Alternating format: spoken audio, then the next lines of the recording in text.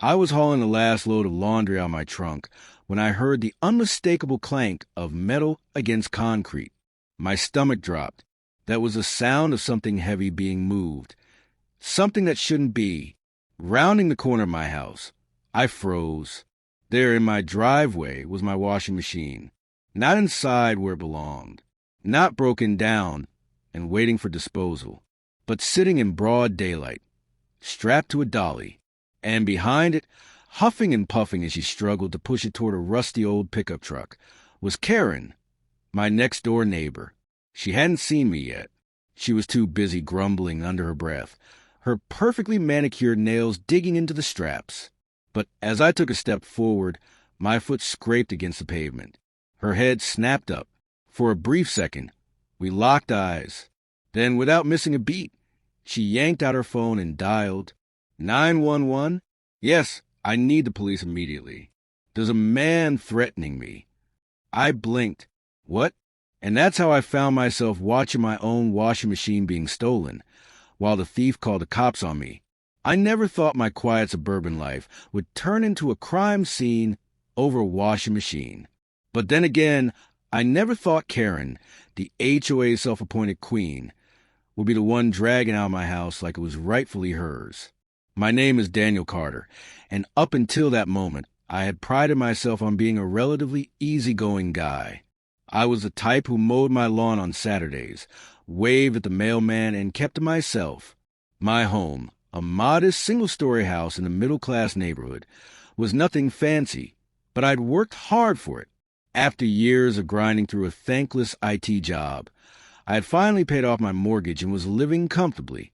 But comfort didn't last long in this neighborhood, not with Karen around. Karen wasn't just any neighbor. She was a neighbor, the type who weaponized the HOA rulebook like it was sacred scripture. Overgrown grass? You get a violation notice before you even put the lawnmower away. Left your trash bins out too long? Expect a fine. She had a knack for making everyone's life miserable while conveniently ignoring her own infractions. I had been on her radar ever since I challenged her at the last HOA meeting. She'd been pushing for a new policy requiring all homeowners to repaint their houses in a uniform neutral color. That meant my deep blue house, a color I had picked out after months of careful deliberation, would have to go. I refused, loudly, and ever since then, she had made it her mission to nitpick everything I did. But stealing my washing machine? That was a new low. It had started a week ago when my old washer broke down. Instead of paying for an overpriced repair, I bought a new one and left the old machine in the laundry room until I could figure out how to dispose of it. I had planned to call a junk removal service, but with work deadlines piling up, it slipped my mind. Apparently, Karen had decided that my forgetfulness was a violation of her personal sense of order, and, in her twisted logic, that meant she had every right to take matters into her own hands, literally. Now, as I stood in my driveway watching her struggle to load my property into her truck, I realized two things. One, Karen genuinely believed she could get away with this. Two, she was crazy enough to call the cops on me while doing it. And as the sound of approaching sirens filled the air, I had no idea what kind of storm I was about to walk into. The distant wail of sirens sent a cold jolt through my spine. She actually called the cops. Karen stood there, her phone pressed dramatically to her ear, her face contorted in mock distress. Yes, officer, he's standing right in front of me, threatening me. I'm all alone and I'm so scared. She shot me a smug glance, then turned away, pretending to sniffle. I took a deep breath, trying to keep my cool. Karen, are you serious right now? I gestured at the washing machine still strapped to her dolly. You're literally stealing my appliance. She gasped, clutching her chest like I just insulted her ancestors. Stealing? Oh, please. It was abandoned. I was doing you a favor by taking care of this eyesore before the HOA issued a violation. Abandoned? It was inside my house. Well, your garage door was open. That's an invitation. I was too stunned to respond. Was this woman real? Before I could argue further, Two police cars pulled up to the curb, red and blue lights flashing against the early evening sky. My neighbors, drawn by the commotion, started peeking through their curtains. A few even stepped onto their porches, whispering to each other. Two officers stepped out of their vehicles. One, a tall, broad-shouldered man with a weary expression, approached Karen first. "Ma'am, you called 911? "Yes." "Thank goodness you're here." Karen rushed forward, throwing herself into full victim mode. "That man," she pointed at me like I was a wanted fugitive, "he's harassing me. He's being aggressive and trying to intimidate me." The officer turned to me, his eyes scanning the situation. "Sir, is this true?" I exhaled slowly, forcing myself to stay calm.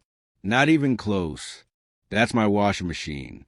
She was in the middle of stealing it when she called you." Karen gasped. "Lies! He abandoned it, and I was merely removing it before it attracted pests. You know, code violations and all." The second officer, a woman with sharp eyes, frowned. "Wait, you were removing his property?" Karen's lips parted, but no words came out. That's when the first officer turned his gaze to the washing machine, his brow furrowed. "Why is there still a power cord attached to it?" Karen's face paled. I crossed my arms. "Because she didn't just take it from my garage. She ripped it straight out of my laundry room." A murmur spread through the gathered neighbors. Karen opened her mouth, searching for an excuse, but nothing came.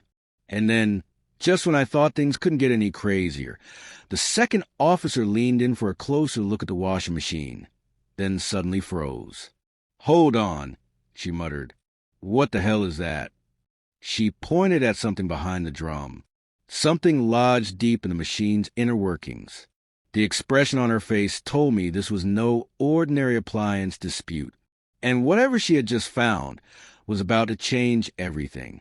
A tense silence settled over the driveway as the second officer knelt beside the washing machine.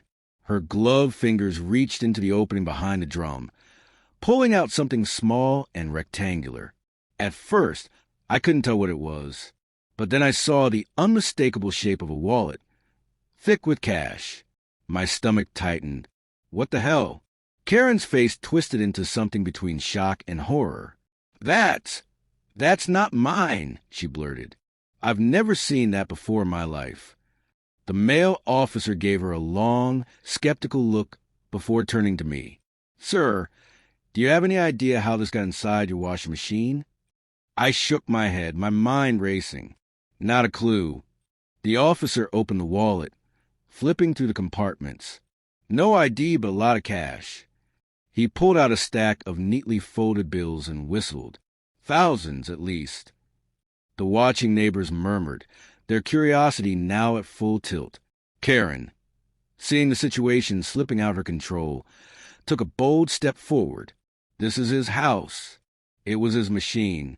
Clearly, he's the one hiding something, not me. I exhaled sharply, turning to the officer. "Look, I don't know where that money came from, but I do know that Karen was in the middle of stealing my property when you showed up.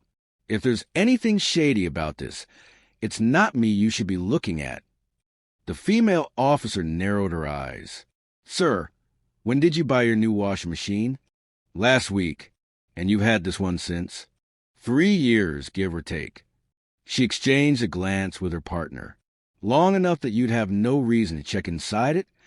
I nodded, my mind still struggling to piece together what was happening. "Exactly." The male officer straightened up, crossing his arms.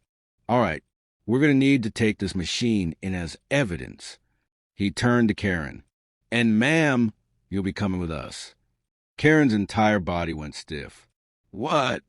The officer gestured toward the washing machine. "Until we determine the origin of this money, we need to treat this as a potential crime scene.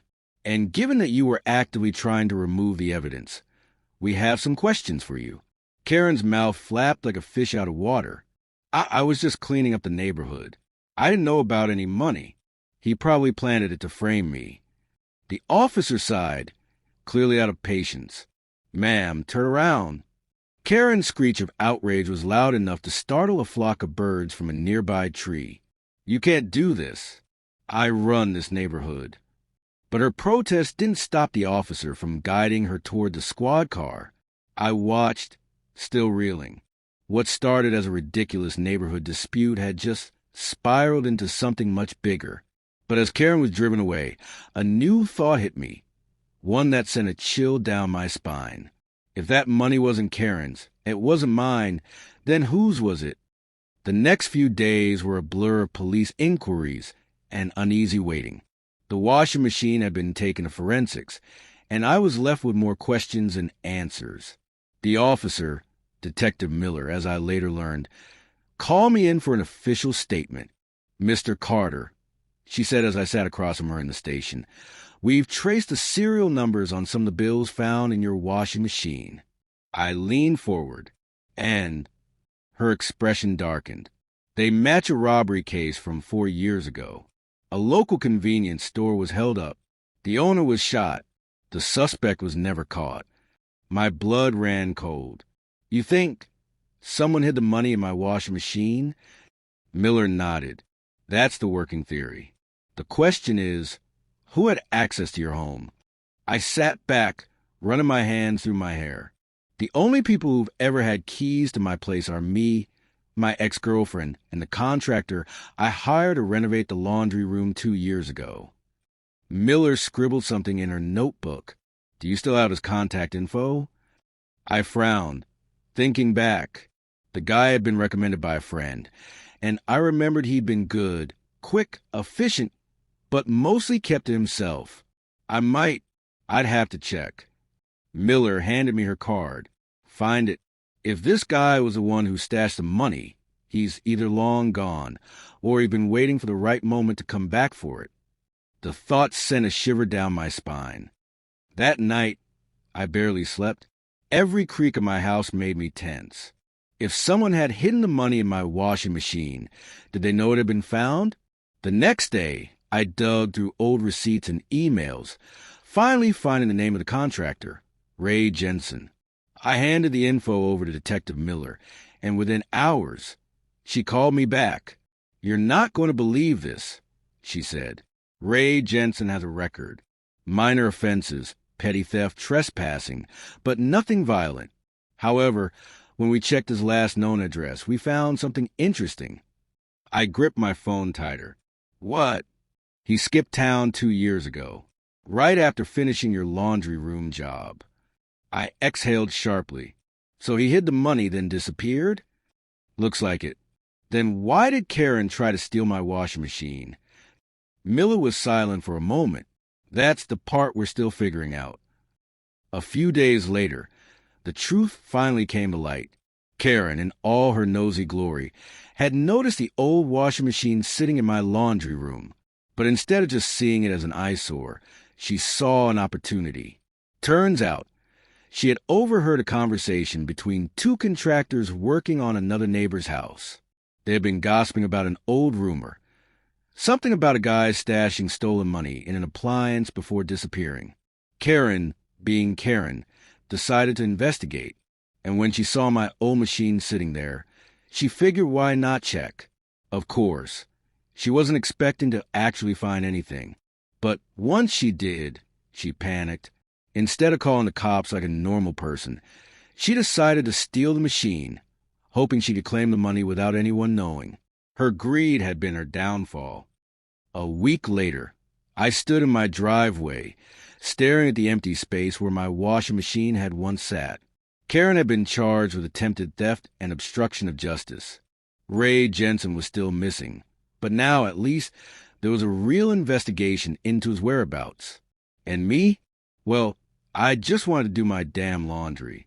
I shook my head with a laugh. My quiet life had turned into a full-blown crime drama over a washing machine. But in the end, Karen got what she deserved, and I learned an important lesson. Never underestimate the insanity of a nosy neighbor. The late-night knock on my door made my stomach drop. I hesitated before opening it, my heart pounding in my chest. Through the peephole, I saw Detective Miller standing there, her face tense, eyes sharp. Something was wrong. I unlocked the door. Detective? We found Ray Jensen. A cold chill ran down my spine. Where? She exhaled. Not far. He came back. What? My grip on the doorframe tightened. Why the hell would he do that? Miller glanced over her shoulder before stepping inside. Because he knew the money was missing. A sinking feeling settled in my gut. Oh, no. He's been watching the house, she continued. We believe he caught wind of Karen's stunt and realized the money was exposed. We also think, she hesitated, her voice dropping lower, we think he planned to break in and take it, whether that meant dealing with you or not. My breath hitched. You're saying he was going to hurt me? Miller's expression was grim. We found him lurking near your backyard fence. He had a crowbar and zip ties in his bag. My stomach twisted. Jesus. I had been walking around my own home, clueless, while some guy with criminal past had been planning something right outside my walls. Miller folded her arms. Jensen tried to run when we approached. We took him in, but he's not talking yet. What we do know is that he had an old notebook with him. She pulled out her phone, swiping until she found a photo, and held it out to me. The image showed a battered, stained notebook. The pages were filled with scribbled notes, addresses, and one entry that made my blood turn to ice. Washing machine. Carter's house. Do it fast. I swallowed hard. That's my house. Miller nodded. He left town because the cops were closing in on him after the robbery. He never had a chance to get the money out of your machine, and when Karen tried to steal it, she accidentally led him right back here. I exhaled shakily, running a hand through my hair. And he was watching me for at least a few days, yeah? She gave me a long look. You got lucky. Lucky. The word barely settled in my mind before another thought hit me, one that was far worse. What if Karen had actually taken the machine? I muttered. Miller nodded, understanding immediately. Jensen probably would have gone after her instead. A shudder rolled through me. Karen was an absolute menace, but even she didn't deserve that. I looked at Miller, my pulse still racing. What happens now? She sighed. Jensen's facing multiple charges. Karen, too, though hers are obviously a lot less serious. She studied me for a moment. But what about you? You okay? I let out a breath I didn't realize I'd been holding. I don't know. Because the truth was, I had never expected to be in a situation like this. A week ago, I was just some guy trying to mind his own business, and now I had been at the center of a criminal case. But I was still here. Jensen was in custody. The money would go back to where it belonged. Karen, for all her scheming, would finally have to face consequences. I had been caught in the middle of a storm I never saw coming. But I had stood my ground, done the right thing, and made it through, and somehow that was enough. A week later, my house felt different, not just because the chaos had finally settled, but because I had changed. I no longer felt like a passive observer in my own life, letting things happen to me. I had faced a challenge I never saw coming, and while I wasn't some kind of hero, I had stood my ground. The police had formally charged Ray Jensen with multiple offenses, including attempted burglary and possession of stolen property. Karen, on the other hand, had been arrested for trespassing, vandalism, and filing a false police report. When she realized she was in real trouble, she had tried everything. Playing the victim, blaming me, even claiming temporary insanity. None of it worked. I had been called to testify at her hearing, and as I stood in the courtroom, looking at her, I saw something different. The arrogance was gone. The smirk had faded. She wasn't the untouchable, manipulative force she had pretended to be. She was just small. I didn't take pleasure in it, though, if anything, I just felt tired. Afterward, as I walked out of the courthouse, Detective Miller caught up to me. She took a plea deal, she said. Community service, a fine, and a restraining order. She won't be bothering you again. I nodded, exhaling slowly. And Jensen, his case is bigger than just this. She adjusted the files in her hand. The evidence from your house led us to a storage unit he'd been renting under a fake name. We recovered a lot of stolen property. Electronics, jewelry, even a few vehicles. He's looking at serious time. I let that sink in. The washing machine, the thing that had kick-started this whole mess, was just a fraction of what he'd been hiding. Miller gave me a long look. You did the right thing, Carter.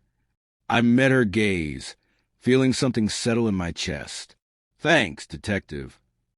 A few days later, I stood in my laundry room, staring at the washing machine.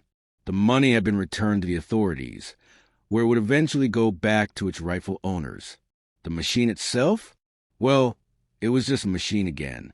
I ran my hand over the top of it, remembering everything that had happened. The fear, the frustration, the ridiculousness of it all. And then I did something I hadn't expected. I laughed, a deep, genuine laugh that bubbled up from somewhere inside me. Because honestly, it was insane. Who would have thought that something as simple as a washing machine could unravel a criminal operation and force a neighborhood menace to finally face consequences? I shook my head, still grinning, and grabbed my laundry basket. Life had a way of throwing curveballs, but at the end of the day, I had come out of this stronger. Not just because I had exposed a thief, not because I had won against Karen, but because I had stood up for myself. For the first time in a long time, I felt like I had control over my life again, and that was worth more than any amount of stolen money. Months passed, and life slowly returned to normal. But I wasn't the same. Before all of this, I had been the kind of guy who avoided conflict, who let things slide just to keep the peace. But now, I understood the power of standing my ground. I wasn't looking for trouble, but I wasn't afraid to speak up when something wasn't right. Karen, as promised, never came near my property again. Word around the neighborhood was that she was keeping a very low profile. Maybe her run-in with the law had finally humbled her. Or maybe she was just waiting for the next opportunity to stir up drama. Either way, it wasn't my problem anymore. As for Ray Jensen, his case became bigger than anyone expected. With all the stolen goods recovered, multiple victims came forward, and he was sentenced to a long stay behind bars. Knowing he wouldn't be lurking in the shadows anymore brought me a peace I hadn't realized I needed. One afternoon, as I stood on my porch, coffee in hand, I glanced over my driveway at the spot where Karen had once tried to haul away my washing machine like it was her birthright. I chuckled to myself. Life was unpredictable. Sometimes the most absurd situations turn out to be the ones that change you the most. And in the end, that washing machine had given me something far more valuable than clean clothes. It had given me back my voice.